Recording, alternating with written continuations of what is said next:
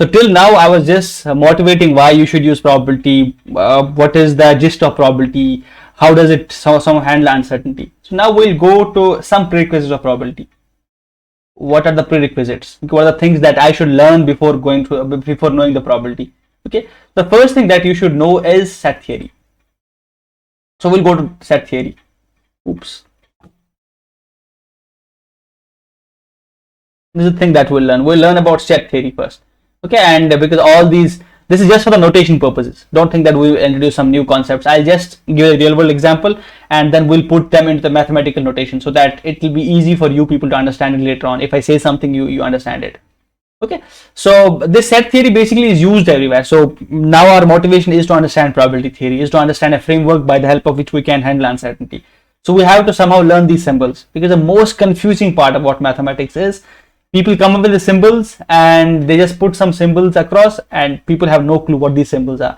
So whenever you see an equation, try to reason from the symbols. Okay, what are the symbols describing? Okay, what is the meaning of this symbol? So if you somehow could reason that, it's like language. If I give you Chinese text, you won't be able to read Chinese text. So the problem there is because you can't identify these symbols that are there in the language. Same with the maths. So if I give you a mathematics textbook, if you do not know the notations, if you don't know the symbols in there, then it will be a problem. So set theory can be thought of that framework. What it does is it takes a real world and tries to, what I can say is notify it. It makes notations out of these, and it is used for logic. It's used for it's a fundamental concept in probability, calculus, everywhere you'll see these sets coming. Okay, so where is the set theory coming from? So now people are actually solving the real world things. So let's suppose if I say all of the people in this class are humans. Okay, all the people who are in this class are humans. Or if I make something else, I have 3 balls, something like this. I have, let's suppose, I believe that 1 to 30 are lucky numbers. Okay, if I make statements like this. So what you can see from all these things is there is a definition both of us agree on. Okay, so when I said all of the people in here are humans, if we are not philosophical here, if we stick to the normal scenario, so you will say if a person contains ear, nose and all of these organs and it looks like a human, so you'll have all these features, you'll say okay, it's a human. That's the definition usually we have in our minds. Okay, humans have these certain characteristics. If you see from morphologically they look somewhat similar. So they have hands, they have 5 fingers in the hands, they have 2 eyes and they are positioned at this place, and then they have, let's suppose, nose, they have a mouth to speak with, and the position also matters. So all of these properties, when you have, and you create definition of human, not a philosophical one but a morphological one, where you just see the external features. So based on that, I say, when I said all of the people here are humans, somewhat most of the people agreed. Again the same thing, if I show you 3 balls, okay, you have a definition of the ball and most of the people agree that this is a ball. Okay, and that's why I say if you are not much of a philosopher, because philosophers argue everything. So the way we normally use it, if you let's suppose have this is food, rice is a food, this is a food. So if you have something which is well defined, okay, on which we'll agree, on which most of the people will agree, and then if we have a collection of those things, if we put them in a collection, so we call that a set. Okay, so what is a set then? So if the first prerequisite I said is it should be well defined, people should agree on it. If you don't agree, you can't call it set. Let's suppose if I say which are the 2 most intelligent people in this room, people will have their opinions. Okay, somebody will say this is more intelligent, somebody will say no, I don't believe this because my intelligence criteria is different, this is intelligent, this is intelligent, and there will be a lot of difference of opinion in this. And if I say who is the best player in cricket, so some people, it's a subjective question, it will depend on the perspective of humans, so it is not well defined. Then I cannot categorize all these qualities in a set. So what I said is, if you have a good definition for something and if you have a collection of those things, so what you can do is you can call it a set. So I can call humans a set, so I can call all of you people set. I can say you are set of humans. Okay, and then if I have balls, I can call this is a set of balls. If I have 10 balls of different color, I can say this is a set of different color of balls. So I can say this is a set of numbers from 1 to 30. This is a set. So the set thing is you have a collection. Okay, you have collection, basically you group them together somehow, and from this collection what you basically have, the collection is well defined. This is well defined collection. This is how we define set mathematically. I think you should be now having a good idea why do we come up with this, because we have to do subjectivity. We don't touch, because that's a discussion for philosophy. And but once you agree on a definition, once you say okay, I agree on these things, okay, if we just put them together, well, let's call it a set. Okay, now we'll bring the notation. So let's call this with these capital letters. I'll denote the set. So if I say set of humans, so I'll say human is H1, H2, H3, and H4. Let's say. So let's say we have some 4 students in the class. So if I can name them, I can say we have, let's say, Arshan over here. Okay, we have Mahmood and other people.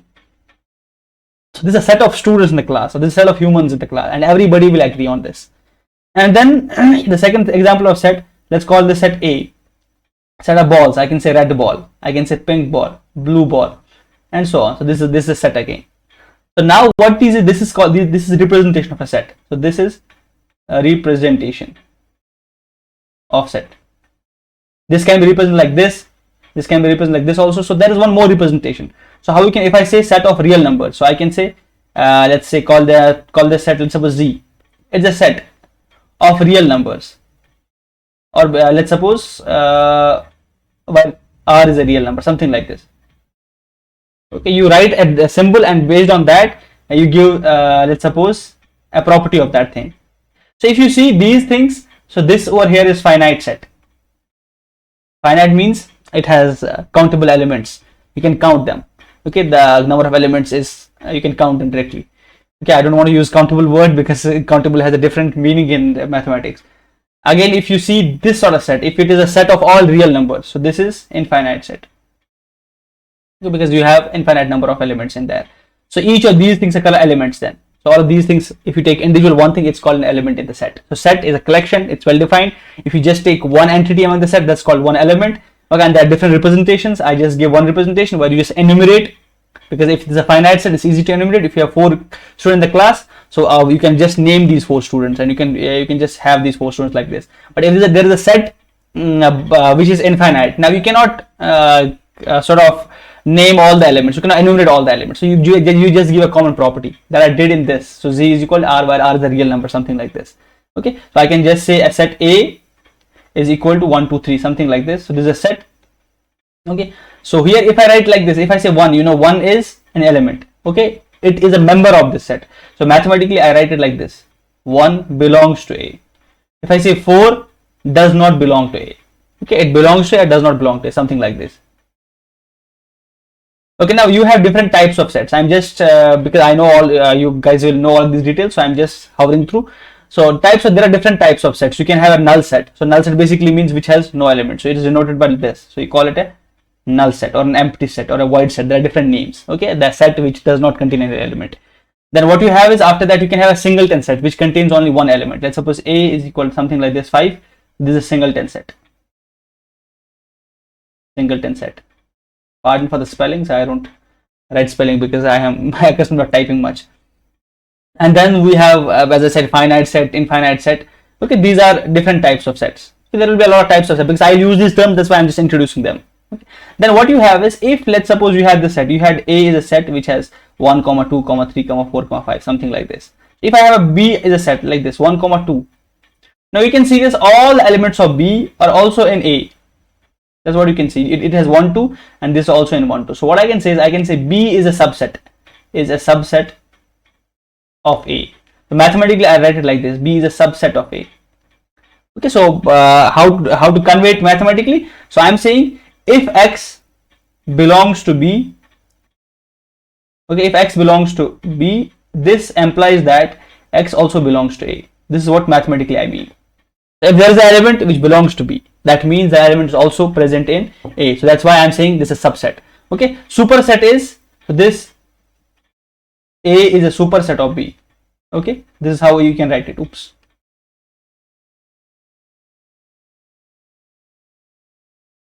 So A is a superset of B. So what does that mean?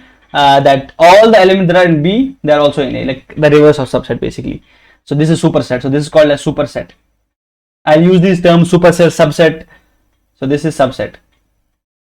Okay, sometimes what you have is, you have equality. So if all the elements of B are also in all them, so if I say, if X belongs to B implies X also belongs to A. If the other case is also true, if X belongs to A implies that X also belongs to B. So this is equality. So you mean that A is equal to B. That's how you put it. These two things are equal. So this is by implication. It's true both ways. So if there is an element which is in B, it's also in A. And if there is an element which is in A, it's also in B. By implicate, that means you have the equal sets. Okay, and when you have this sort of subset, when you have a subset like this B is subset of this is called a proper subset. Okay, because it's not equal to it, it's proper. Okay, and then you have just subset where you have a chance of equality also. And then what you can have a power set. Okay, power set is set of all subsets. Let's say you have this A, this is 1, 2 and 3. So you can enumerate subsets. What are the subsets of A?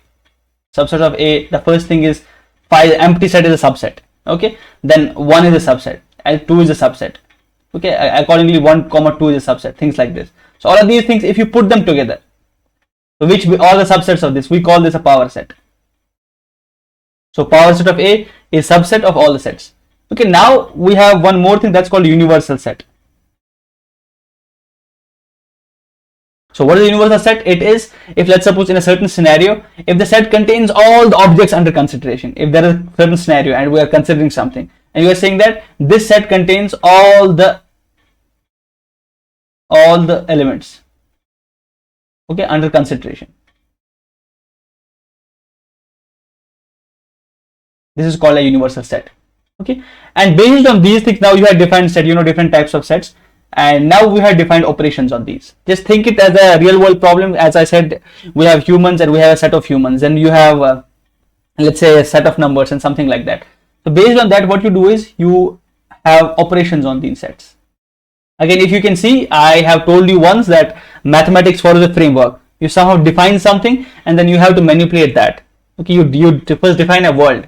Once you have the world, and then you define the operation on that world. Okay, I think that we did also with the functions. You have a world and then we had the operations on the functions. We defined the functions first. So similar treatment is done here. So if you see, we had a world. Now we abstract out the details. And we formulated a world. This is how it will do it. And now in order to manipulate that, in order to do something, we came up with operations.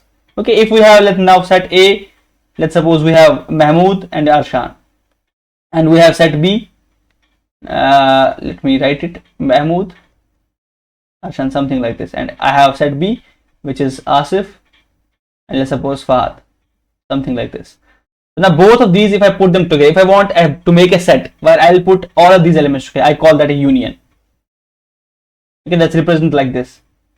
Okay, this A union B basically means you are taking all these elements of both the sets and you are putting them together. So mathematically, how should I write it? So if I have A union B, that means, so it implies, so X is either belongs to A or this X belongs to B. It should be one element from both the sets. So either it belongs to A or it belongs to B. This is called the union. Okay, I'm just skipping through the details, but I'm just trying to cover all the things. And then we have what's called as intersection. Okay, what is the meaning of intersection? So you have, again, these sets are there, so you want to see why do they intersect. Let's suppose I have a set A, I have 1, 2, 3, 4, then I have a set B, which is 3, 4, 5, 6. So what is common in both the sets? What is the intersection in both sets? Let's suppose Mahmood and me. If you take example of me, there will be certain qualities which I possess. There will be certain qualities which Mahmood possesses. There will be some common qualities as well, okay, which I also possess and Mahmood also possesses. So for these sort of qualities, what we call them intersection. Okay, let's suppose for here we have this 3, 4 and 3, 4. These are the things which are common in both the sets. This is represented like this. This is A intersection B. So this is, take all the elements, take the common elements 3, 4 like this. This is the intersection.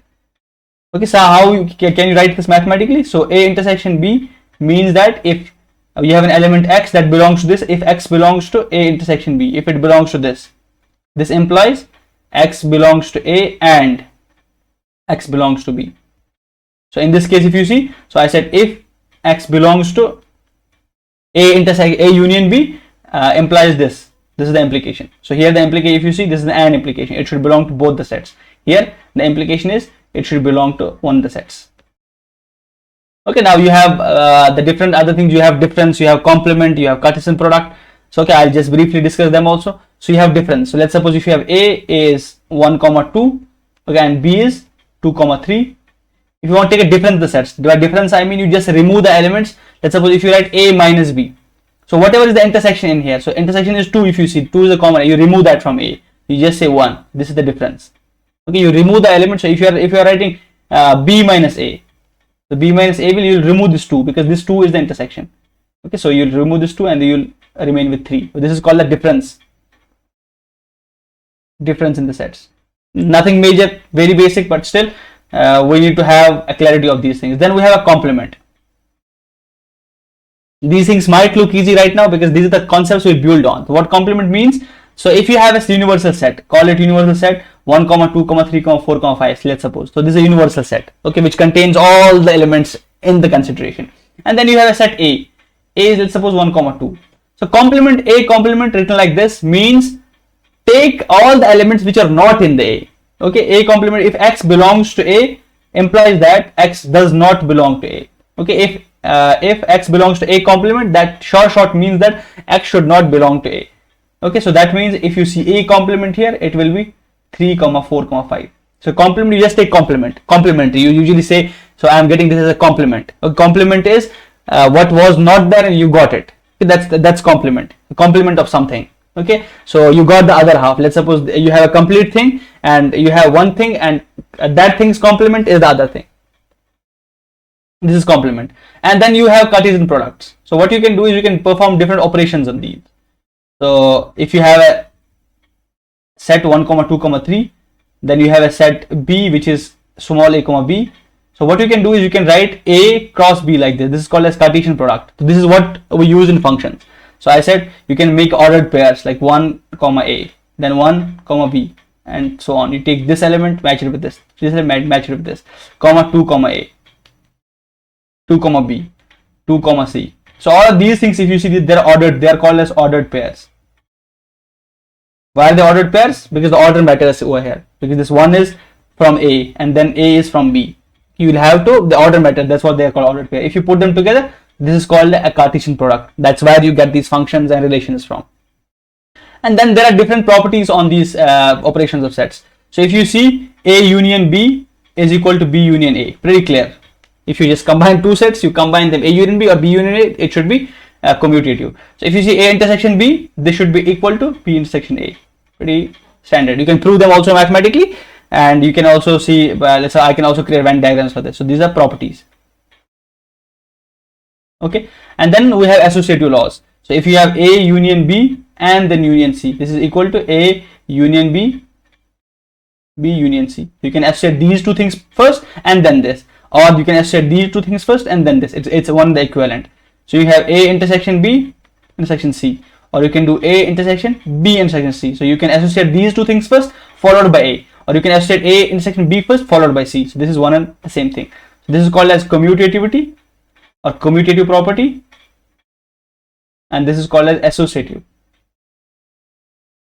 property. Okay, then you have distributive laws.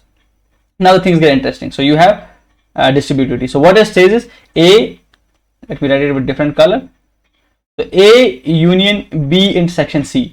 Okay, so it gets distributed. It says A union B intersection A union C. Okay, how can we think about this? So it means, let's suppose you have a set B and C. Okay, let's also resort to Venn diagram. Venn diagram is a way of representing these sets. This is a visual proof, by the way, but if you have to prove it, I also show you a mathematical way of proving it. This is my A. Okay, let's make it a bit better because I'm losing the track otherwise. This is, and this is other set. It's going out of the universal set. Let's make it again, and let's call this A, B, and C. So here I am saying is A union B intersection C is A union B intersection A union C. So if I'm saying B intersection C, so this is B and C.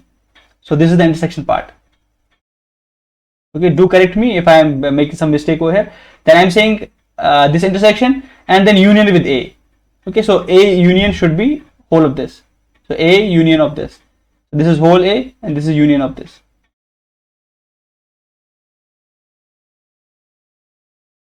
Okay, the property that I'm saying is A union B, take the union of A and B. Oops, I was taking intersection. So you should take union. So that means take A union B, that is this portion. not intersection, and then A union C. So A union C is this portion.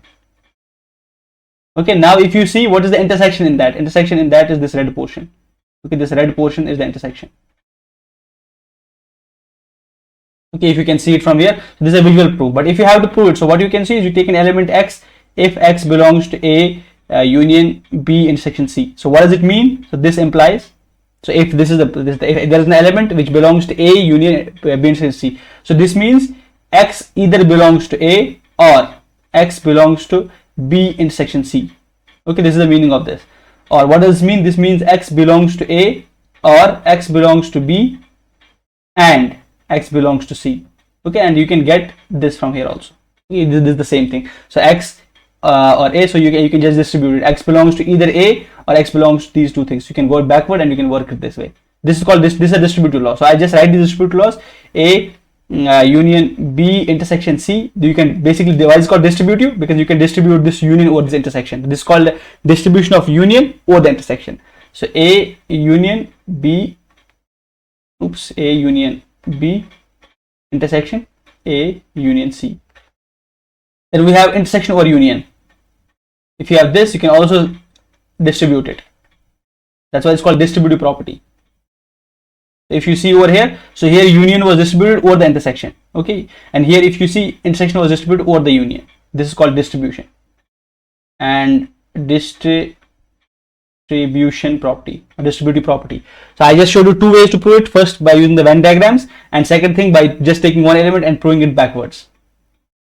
Okay, then easy way is if you have A and if you take a complement of A. Okay, let's suppose if you have A and you take complement, if you take union of these things, so this will be whole universal set. If you take A intersection A complement, so this will be nothing, because by definition this should be nothing. Okay, and then if you take A of union with nothing, this should be A, basically empty set. If you take A intersection with union, it should be A. All of these things are quite logical and quite easy. Okay, then we have cardinality. Cardinality basically means the number of elements in a set. Okay, and the Venn diagram I showed you. In Venn diagram, you have make something like this, which is called a universal set, and then you make sets like this. You make these diagrams. This is called a Venn diagram. Yeah, I hope this sort of refresher. It was not in-depth course on set theory, but this was a sort of refresher, because I will be using these terminologies all over the probability, all over the mathematics here and there. So you should somehow have this notion of set theory into your head. Okay, so this is one prerequisite. Let's move on to the other. Okay, any questions on set? There should be no questions. I just covered it because I'll be using them, and you can refer to this if you don't have the clarity of some things. Now what we'll do is we will now go to the other prerequisite that's called as combinatorics. Combinatorics. Okay, so this pen is not working as expected. So before going to this, so I'll motivate this thing. Okay, so what is this combination? So this combinations or combinatorics, you'll learn permutations, combination. You'll basically learn to count. You'll learn to count without enumeration. Without enumeration. Okay, and now before moving on ahead with the combinatorics, we'll go into the probability part. We'll see some interesting use cases. Please have your pen, paper, whatever you want to have, and I want your utmost attention here so that I introduce probability in this format so that you will remember it for your whole life. Okay, the first problem that I'll discuss with you is called as birthday problem. Okay, have your pen copies ready so that you also give the answers. Birthday problem.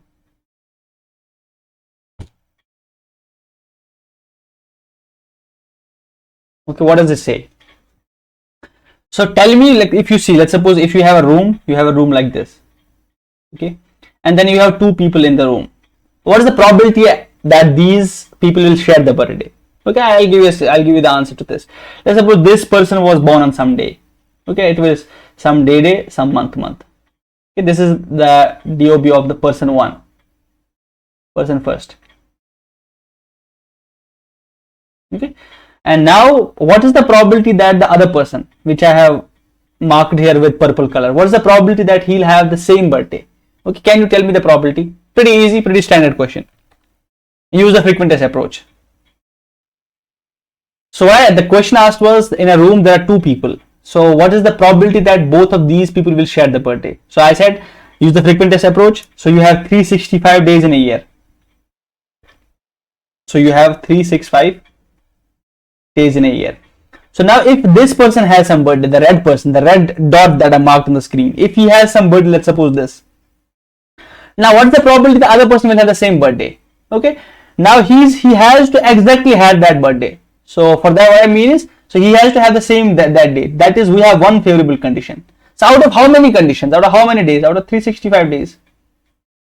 365 days. Okay. So this, if you calculate it, if I can calculate it maybe with some calculator, so I'll say 1 divided by 365. So this is around 0.0002. This is around 0.0027 or 0.003, let's call it. Okay, let's round it off. Okay, so this is the probability of two people having the same birthday in a same room. Now the question comes. So if you understood this part, now the question is, how many people will I require? How many people will I require so that the probability at least is 51%? Okay, so what I'm saying, the question now is, so how many people should be in the room so that the probability of any two of these having the same birthday exceeds 50% or is 51% or is 0.51% or greater than 50%? I think at least 365 by 2 plus 1. Okay, so this is intuition. So you are saying 365 by 2 maybe plus 1, something like this. Yes. Okay, a huge number. Maybe let's suppose this is 180, 182, maybe let's suppose 184, somewhere around that. Okay, because this is 182 plus 1, 183.5. So I'm saying 184, you are saying approximately these. So how many of you have sort of understood the question? Just raise your hands if you understood the question. The question is, because you saw that if there are only two people in the room and I was asking you, what is the probability that both of these people have the same birthday? That is 0.03 roughly. So I'm saying 1 by 365. Now I'm saying the question is, how many people do I require if I put them in the room and the probability of any two of these exceeds the probability of the probability of the two people having the same birthday in that room exceeds 0.5% or is 51%. Okay. So the answer Mahmood gave is roughly 184. So what is the rational, Mahmood? I think at least if in the year half of the year people have at least the birthday, so likelihood is that the person will match that one. So that would be the probability. So he will match at least. Saying it again from the frequency point of perspective, now we have at least favorable events are now at least 184 divided by 365. So these are the number of favorable events at least now. Okay, so Fahad, do you have an explanation or some other answer, or do you agree, disagree? Sir, actually, I'll be really honest. I haven't been paying attention because I was thinking of my own answer. But I believe that it is too big of a number. The answer would be smaller. The answer would be how much smaller? So just give a ballpark figure and give the rationale behind that. Below 50. Below 50. And rational. What we are doing is basically we are counting the number of pairs. We are counting the number of pairs. So the question becomes like what is the total number of pairs of two people? What is the total number of possibilities that m people can have birthdays? And in that, basically what you're doing is what is the number of combinations in which two people share the same birthday amongst m people, m or n people. This is the question basically. Okay, let's go to the code first. Let's pause the question here so that everybody gets to the same page. I'll move to the code. I'll simulate this problem. Okay, that's why I've asked everybody to pay attention, because now we'll let's suppose code certain things, and then from that what we can do is we can at least guess, because we are now simulating the experiment. We can't do it in the real world. So what we can do is we can at least simulate it by using the computers, by using the random numbers at least. Give me a second, I'll start up the code. So if you see the problem that we have introduced, we said that what is the probability that if in a room there are two people and the probability that they share the same birthday. So the thing that I want you people to learn from here is the simulation of experiments, because if you see frequentist approach, what does frequent approach tell you? It tells that you should repeat an experiment continuously. You should keep on doing an experiment. Okay, and then you will see how many favorable events were there divided by total number, how many total events were there, and we'll try to simulate it by using our computer, and we'll write a computer program which sort of simulates the real world condition. Okay, so, and we'll use this random module which we have seen a lot in our NumPy, even pandas in every video. So what I'll do is I'll write a method. So in here I'm writing a method, brute force birthday probability. This is just a method name. So here these are the trials. Excuse me, sir. So we can't see the coding. Yes, thank you for recalling. So what I'm doing here is, so I am importing this random, and then I'm saying this is a brute force method, brute force birthday paradox. Basically, I'm just simulating an experiment, and then I'm saying these trials. So what actually I want to do is see my thinking process. So I am thinking like this. I'm saying, let's suppose consider 100 rooms, 100 such rooms, or maybe 1,000 such rooms, because I want to repeat the experiment continuously. If I have to repeat the experiment, so I'll say, okay, 2 people in this room, 2 people in the other room. I'll keep on asking, okay, is your birthday same? Is your birthday same? Is your birthday same? So each of this is sort of repeating the experiment. Experiment here is I have 2 people in one room and I am asking for their birthday, and I have to see, do they share the birthday or not? So now what I'm doing is, let's consider now we have 10,000 such rooms where there are only two people.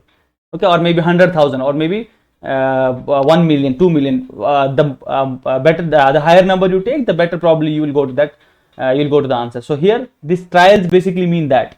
So in here, if you see these trials, that means how many number of times are repeating the same thing. Okay, because probability, if you see in frequency approach, it's about repeating. You have to repeat the number of times.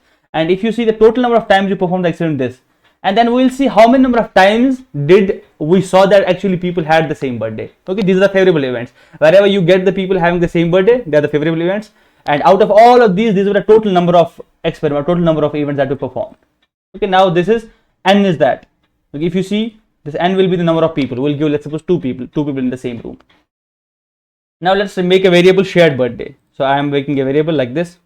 Shared birthday count is equal to 0, and I'll perform the experiment these many number of times. So if you see this, I am writing a loop over here. So what will this loop do?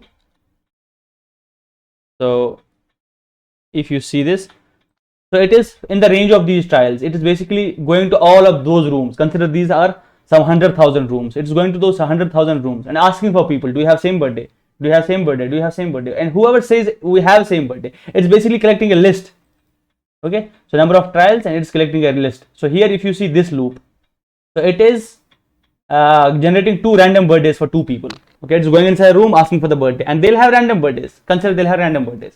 So here this loop, if you see, for dash in range of n, because n now is 2. Okay, consider that we have 2 people. So that we have 2 people. Now we are generating 2 random birthdays. Okay, and we are making list of these things. So if you see for dash in a range of these trials, so what we are doing is we are performing this experiment. Number of trials is this, and then what we are saying is we are saying that generate these 2 birthdays if there are 2 people in the room.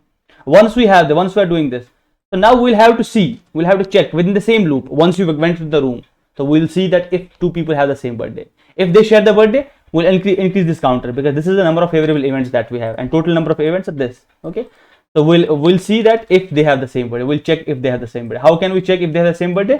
Okay, there is I'll tell you what logic I have used in the previous class. I'll use the same logic over here. The logic goes like this. So let's say if the people share the same birthday, if they share the same number, let's suppose, out of 365. So this list will be like this. This list will contain, let's say, 16, 16. This is one possibility, and the other possibility can be 16, 18, something like this. I'm just making some numbers because there are 365 days, so I'm giving each day a number. So if this is the case, so that means people share the birthday, and if this is the case, that means they do not share the birthday. So what I'll do is, this is my initial thing. This is my initial list, and this is, let's suppose, my initial list. I'll write it initial list. If I apply set function on these, now you know what sets are. We introduced what sets are. Sets basically don't have duplicates. So this thing will be converted only to 16, and it will become a set, because set removes the duplicate elements. But in this, if you see, this will remain as it is, because there are no duplicate elements. And now if you see, this was our initial condition. So once I apply set onto this will become like this. So now length of both of these is not equal. Initially length was 2, and now the length was reduced to 1. Okay, now the length was reduced to 1. So once you reduce the length, so if you check initial length and the final length, if they share the birthday, the length will not be equal. Okay, same case can be for 3 people. 3 people, if they share the birthday, okay, if 2 of them share the birthday, let's suppose, so they will have something like this. If I apply set onto this, so it will become 16, 13. Now you see that the length is not equal. Now length of these list, or if you convert them into set, is not equal. So what I'm saying is, if there are people who have if there's a list of people, and among those 2 people share the birthday, so what will happen because of that is, if you apply set function on that, one item will be removed. Okay, and that the consequence of that will be, you will have less elements in the final set than you had initially. And by the help of this, you can check that if people share the same birthday. So this is the logic that will go over here. Okay, let me just bring it back so that.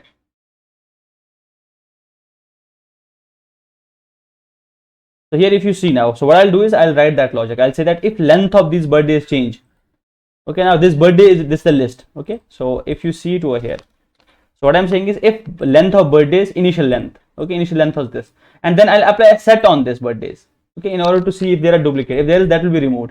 If you got this true, if this is not equal, that means at least 2 people were sharing the birthday, and you will increment this counter. That's what I'm doing. You'll increment this count. And how many times are you doing it? You are doing it at 100,000 times. Okay, this is the number of trials.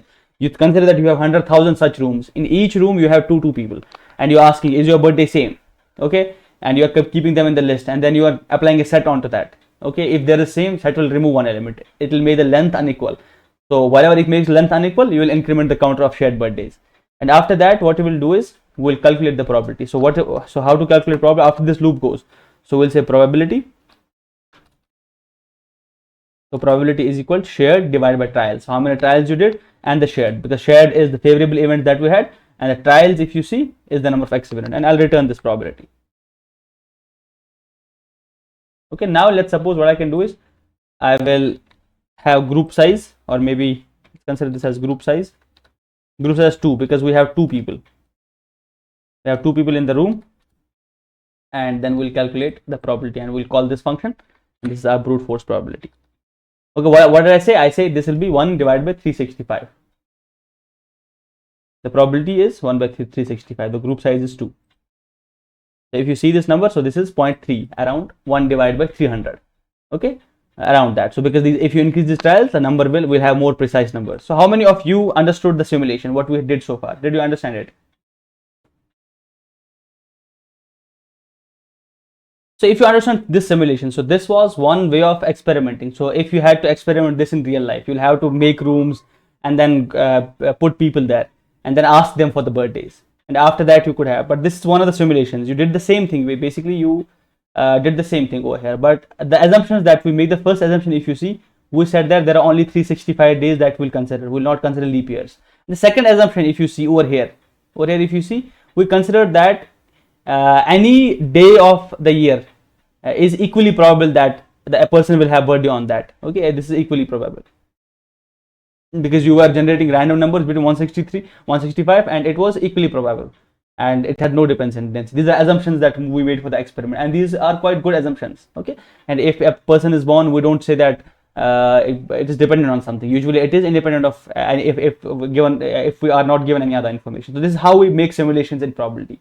Okay, now the question to you is, so you saw that once we had these 2 people, so we had the 2 people, the birthday was around 1 divided by 365, so roughly that was equal to 0.003 or 3%, something like this. 0.3%, sorry, 0.3%. So how many people will it take? So how many people should we have in the group so that the probability exceeds 50%? This is the question. The question is that how many people should we have in the room so that the probability exceeds 50%? So if you see how many people do we require, the answer is 23 people. So we only need these many people to make sure that probability of 2 people sharing the same birthday within that group exceeds 50%. So if you see probability in these 23 people that at least 2 people share the birthday, it is around 51%. Okay. Now, to how many of you looked this as counterintuitive? So why did it seem counterintuitive? Because if you see how a brain thinks, it does not consider a lot of things, and it makes some very generic sort of generalizations. So if you see, we just said, okay, two people sharing the same birthday is 0.3. That means it's very less. So we need a lot of people in order to share, at least make birthday, let's say 51%. Okay. So let's have sort of perspective shift, how you can see the problem. So now if you see this room, so what the question was, how many people do we require so that at least two in that room share the same birthday? So now if you have, let's say, 3 people or 4 people in this room. If you have 4 people in this room, now you don't have to see only 4 people. I think this Fahad also mentioned this in the previous session. So we can see it as the pairs. So this with this with this, or this person with this. So we can see how many pairs do they form, because we are asking basically questions of the pairs. So it is not only 4 people now. So how many pairs can they make? 4C2 pairs. These many number of pairs can they make if we only have 4 people. So you see now the number of pairs are increasing. Okay, so if we have 2 people, we had only 1 pair. If we had 3 people, now we had 3C2 pairs. Now if you see into that form, okay, the number of people, if we have only 6 people, let's say if you consider 6 people, so we have 62 pairs. That means we have 6 factorial divided by 4 factorial divided by 2 factorial. So that means 6 into 5 divided by 2, that is, we have around 15 pairs. Okay, so 15 pairs is huge. With only 6 people, we have 15 pairs. Okay, again, if you, let's suppose, increase this number a bit, if you see 10 pairs, so 10C2, the pairs are getting increased now. So how many? 10 factorial divided by 8 factorial into 2 factorial. So this is 10 into 9 divided by 2, that is 5, that's 45 pairs. Okay, you see this? This is 45 pairs. So if you see, the pairs are now getting increased. Okay, I am saying now the probability should only exceed 51%. So that is why you see the number is 23. If you see in 23 pairs, so you can see 23C2, these many number of pairs will be there. Okay, so this is 23 factorial divided by 21 factorial divided by 2 factorial. So this is 23 multiplied by 22, and this is divided by 2, this is 11. So this is 243. So these many number of pairs we have these many number of pairs. Okay, so I hope calculation is right. This is 253. Okay, so you can see this, how many number of pairs we got? We got 253 pairs in here. We said with 253 pairs, that will have probability of which will exceed the number let's suppose 50 degrees that we kept. So how many of you understood this perspective? Let's now run the simulation and we'll see what the results that we'll get. I hope that you are able to see the code window now. So now I'm increasing the group size. If you see, increase the group size, let's suppose increasing this to 4. Okay, if you see the probability got increased, that is 0.01. It was initially 0.003. Now let's suppose if I increase it to 10, suppose. Now you can see the probability got increased to 0.1, quite a good number. So now what I said if you increase it 23, okay, you have 23 people now. So what is the probability that at least 2 of them share the same birthday? So now if you see, this number is above 50. This is 0.5876. So if you calculate it by using the combinatorics, you will see that the probability comes out to be 51%. Okay, so how many of you agree on this? Agree on this now? That we need 23 people in the group so that their probability exceeds 50%. The probability that 2 people among them share the birthday exceeds 50%. Okay, now in order to get 99.9% probability, okay, in order to get 99.9% probability, you know, the number is, I think, 72. Okay, this is the number of people you require in order to have the birthday. The probability that at least 2 of them share the birthday is 99.9%, that is 72. Okay, what do you think? How many people are required so that the probability that at least 2 of them share the birthday is 100%? What do you think? Yeah, but I think Fahad knows the answer. Yes, anybody else? So in order to make this birthday 100%, so you actually need 365 plus 1.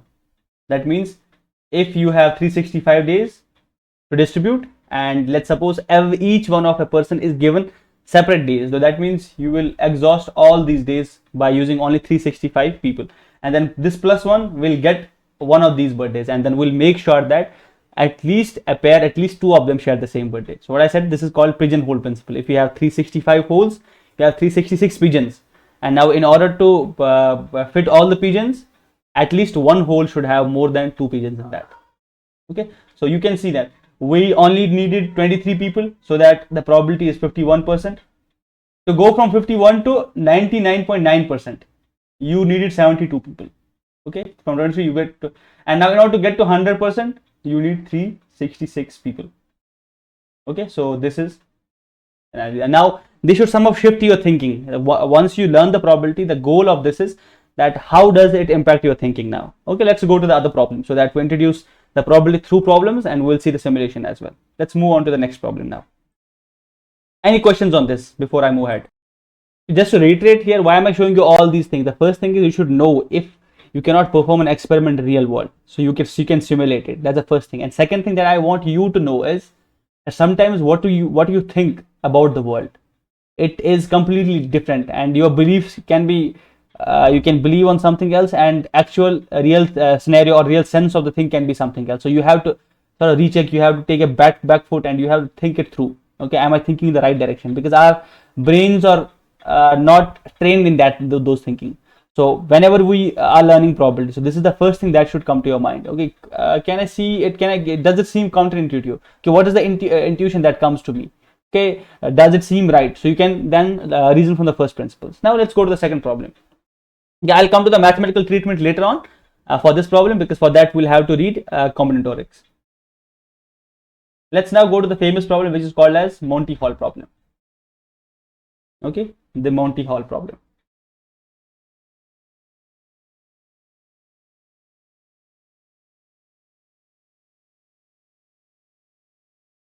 So in this Monty Hall problem, the problem statement goes like this. You are a contestant in a game. So let's suppose you are playing a game.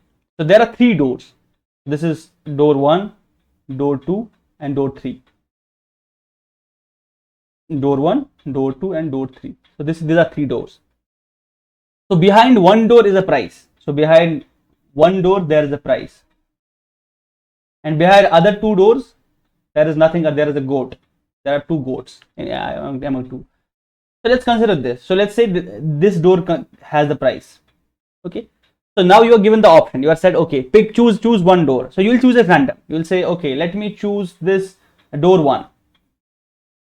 Okay, if you choose the door 1, so what host will do is he opens one among the 2 empty doors. Let's suppose he'll open this empty door, or the door which contains goat. And then now he'll again ask you the question, do you want to switch? So whatever earlier choice you made, do you want to switch? So he'll ask you, do you want to switch or no switch, or do you want to stick with your choice? So one scenario, if you see, you might have selected the same door which contained the price. So when asked by the host, okay, pick a door, you might have picked that. And the second case here is, let's suppose you initially took up this door. Okay, you took up the door which was empty initially, and then what host will do, he'll open one of these doors now, because now the doors left is this and this. The 2 doors are left now for the host.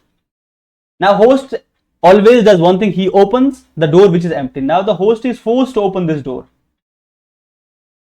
Okay, so this was when you picked the price door. So when you picked no price door, which did not have the price. So here host is now forced to sort of pick this door. Initially he was not forced, he could have choose one among these 2. He chose this. Okay, now he'll ask you, do you want to switch? Same question. So now in this scenario, the question is, should you switch your choice or stick with your original choice? Okay, or it doesn't matter. So it should not matter. Now before going to the answer, we'll simulate. Let's go to the simulation. Let's go to the code and we'll simulate it.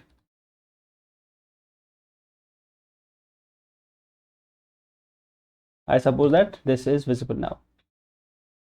So I have to simulate these probabilities. So what I'll do is I'll perform this experiment n number of times, similar to as what we did is. So again, I'll import random. Now I'll say Monty Hall problem. I'll define this Monty Hall problem. Keep an eye on how I am trying to simulate these things. So keep an eye on this. I'm saying keep an eye on how I simulate these things, because you can simulate any experiment after that. So if you see, I did this. I said Monty Hall problem and this. So I'll play this game 100,000 times. I'll have 3 doors, and I'll see. I'll have 2 choices, whether to switch or whether to not switch. Okay, so I'll see if I switch, I'll make a variable. So if I switch, what is the win chance? So I'll switch. I'll make a variable which says win if switch. So I'll increment this counter. Once I switch, I'll see have I did I won the game. Okay, and then I'll see what's the probability. I'll see if it is 50-50 or something else comes. Okay, so the first thing that I'll do is for dash in range of the number of trials. So I'm saying this for these number of trials, what I should do is the first thing I'll do is I'll put car randomly behind any door. Okay, so I'll place car randomly behind any door. So for that, I'll say car is equal random int 1 to 3. Generate a number between 1 to 3, and car should be placed behind door. So this number, it will be either, let's suppose 1, 2 or 3. So you will give it a number to car behind. So it will be randomly placed. A car will be randomly placed. So I can write it over here. So randomly place a car behind a door. Behind any, you can place it behind any door. So this is random, totally random. And now what I can do is, so now I'll see what's the choice the contestant. Contestants again can choose randomly. So again I'll have to do the same thing, but now with different variable. I'll say the same thing will again generate a same number, will generate a different random number. It can be same or the different. So this is contestant's choice. I'll say contestant choice. What I'll do is again the same thing. So now initially you put the price in one of the doors randomly. Now contestant again is choosing randomly. Okay, how many of you are following? Give me a hands raise. Now if you see from here, I'll explain you a bit. So here, if you see, these were the 3 doors. Okay, so let's suppose price was initially randomly put into this. Okay, and this is the first case. Let's suppose case 1. Case 1 is that whichever door had the price. Let's suppose contestant also chose the same door. So that means this case 1 is contestant also chose this door, same door. Now if you see, host has to open one of the doors which does not contain the price. Host is left with 2 choices. He has 2 choices. He has 2 choices to open it from. So he can choose anything randomly. So he can choose. This is case number 1. So case number 2, if you see, case number 2 is, let's suppose contestant chose price. This door has the price, this door, and contestant chose one among these doors, one among the empty doors. And now if you see, host is forced to make a choice. Host is only left with one door. He has to open the empty one, because one door which was chosen by the which was chosen by the contestant actually is empty. Now host cannot just open the door which has price. He has to open one of the doors which is empty. Now because contestant chose this, he cannot choose this door. He cannot choose this door as well. Why? Because it has the price. So he is forced to make this choice. Okay, how many of you understood this scenario? Because there are 2 cases possible. Got the gist of the problem. Now what I'll do is I'll sort of simulate this. Okay, I'll simulate these 2 cases. Which door does host open? Okay, so I'll write a line of code here and I'll explain it. So what I have explained, it is the same thing. So now what I'll do is I'll just write it in code. So I'm saying this is the random choice. So let's suppose if you go from there, so door is not equal to car behind. So if you see, because we have 3 doors, we have doors 1, 2, 3. These are our 3 doors. Door 1, door 2, and door 3. Okay, this is our door. So I'm saying if door is not equal to the contestant choice. So this is one thing that I'm saying. Again, this is the other case. The door is not behind the car. Okay, because basically I'm simulating the conditions. I'm giving the choices. So this whole line basically does tell me the thing. There are 2 things now. If the door is not equal to constant, door basically means which has the price. Let's say there are 2 choices. If it has the price, that means your host is forced to just pick up one number. And if the door and the contestant choice is basically similar, so now you have 2 choices. So among those, because this either creates 1 choice or 2 choices, this whole line of code creates either 1 choice or 2 choices, and then you have to pick up from them, randomly pick up one number from them. If it is only 1, you are forced to choose. If it is 2, you are choosing one randomly. That's what this line of code is doing. If you see this code over here, so you have contestant choice, you have the car behind. Okay, now what I'm saying is I'm running a loop for door 1, 2, and 3. Okay, based on that I'm filtering it over here. So in the first case, if you see this contestant choice, this is car behind. So if door, initially it will go to 1, it will go to 2, it will go to 3. Okay, it will go to these 3 doors, 1, 2, and 3. It is checking if door is not equal to contestant choice. Door is, let's suppose, 1. Is that equal to contestant choice? That is not equal. That means this condition became true. And in the second scenario, in the second condition of this, door is not equal to car behind. Door is not equal to car behind. That's 1 is not equal to 2. That means 1 will go into the list. Okay, and then according the same thing will happen to 2. But if you see, door is not equal to car behind.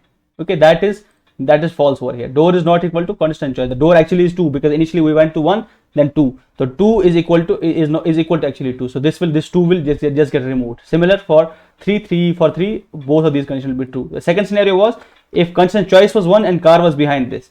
Now if you see these two conditions, door is not equal to constant choice, so for 1 will get removed because of this condition and 2 will get removed because of this condition. So we'll be left with only 3. Okay, this is the door that we have to open. So now if you see, this is the host choice. Now you have 3 things. You have car behind, you have contestant choice, and you have host opens, whether host opens the door which he opens, and then you have to switch.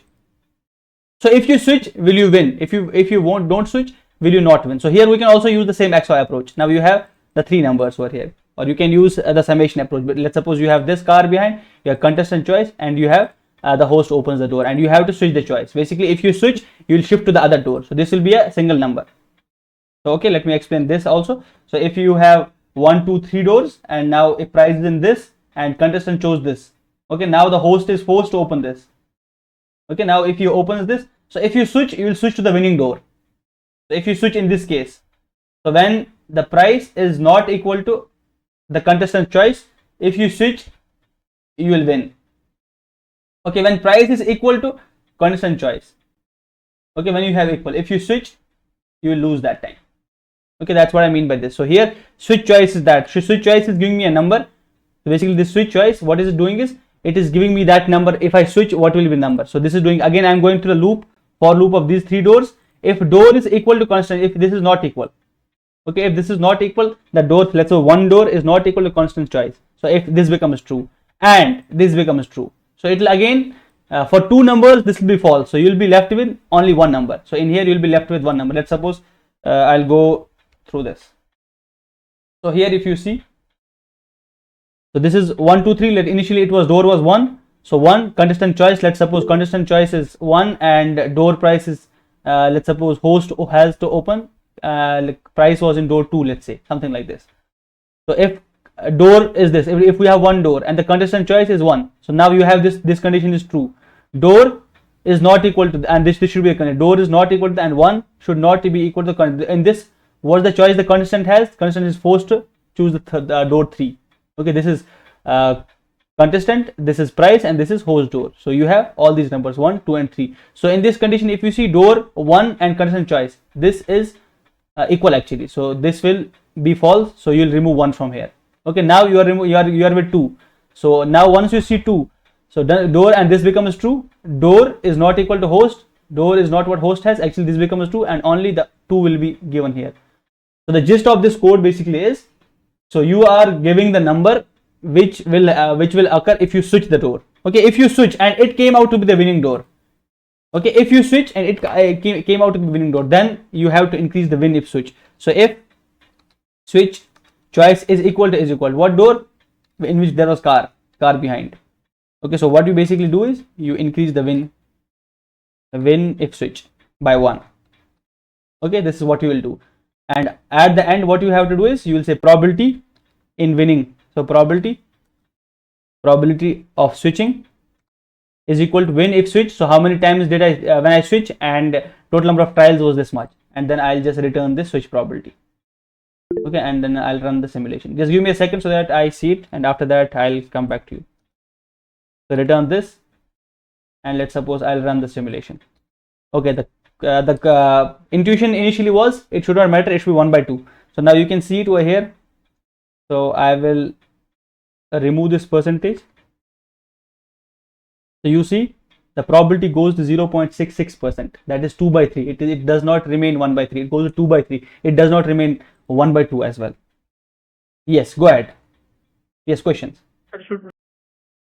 Now if you see this, doesn't this result also seem counterintuitive? We were assuming that if we switch, it shouldn't matter. Okay, either it shouldn't matter or the probability should be 0.5. Okay, now let me again give you the intuitive explanation, and then we'll go to the mathematical reasoning of it. So if you see this, the first intuition that I can give you people is, once the host opens the door, the host gives an additional information. Okay, that actually, if that information can be now utilized somehow, it will update your belief. So we have 3 doors. We have 1, 2, and 3 doors. Okay, now contestant opened one of the doors. He made sure that it does not have the price. So that means you are more sure. Initially, you had to look into the 3 doors. Okay, it's something like this. I'll increase this problem a bit. If you have 100 doors, say you have 100 doors of this sort, 100 doors. Okay, and one door has the price. One door has, this is the price. And you are asked, okay, choose one door. So you chose any other door. Let's suppose you chose this door. Now what contestant did is he opened 98 doors. Oops. So what the host did is host opened 98 other doors. And now he's asking you to switch, and he'll open these 90 or empty doors. It's like you have 100 doors, one of that has a price. Okay, and if you, let's suppose, choose, now again there are 2 cases. You can choose the same door, or case 2 is you can choose the door which doesn't have a price. Okay, and the high probability is that you will choose the door which doesn't have a price if it is the problem is increased. Now what host is doing is, host is opening all the other 98 doors which are empty, and he's asking you to switch. So in this case, what will you do? Intuitively, what do you do? What do you think you should do?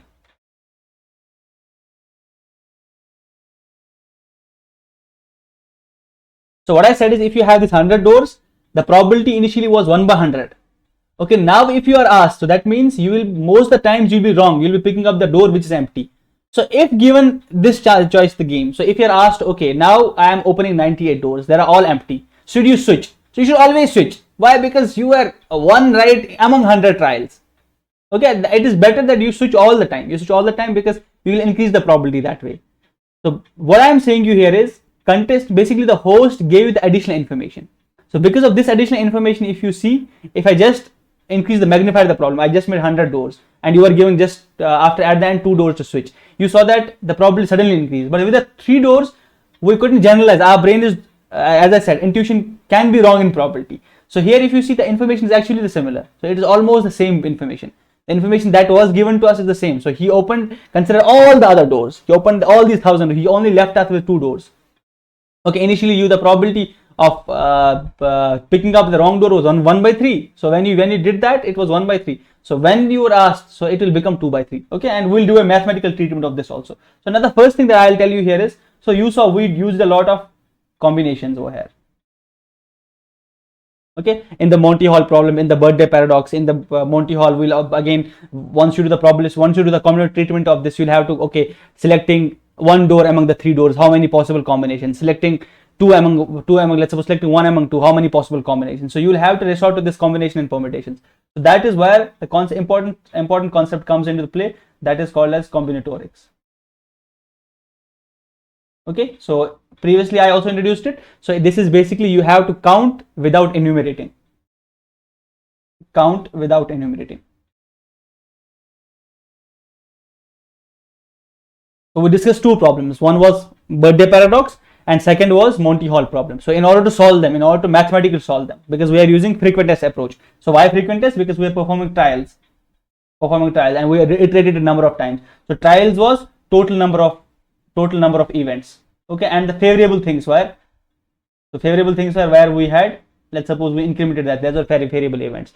So now we'll have to see, these were number of trials, how many number of favorable events are there. So we have to count, basically we have to resort to counting. We have to count something. So that is where the combinatorics will help you.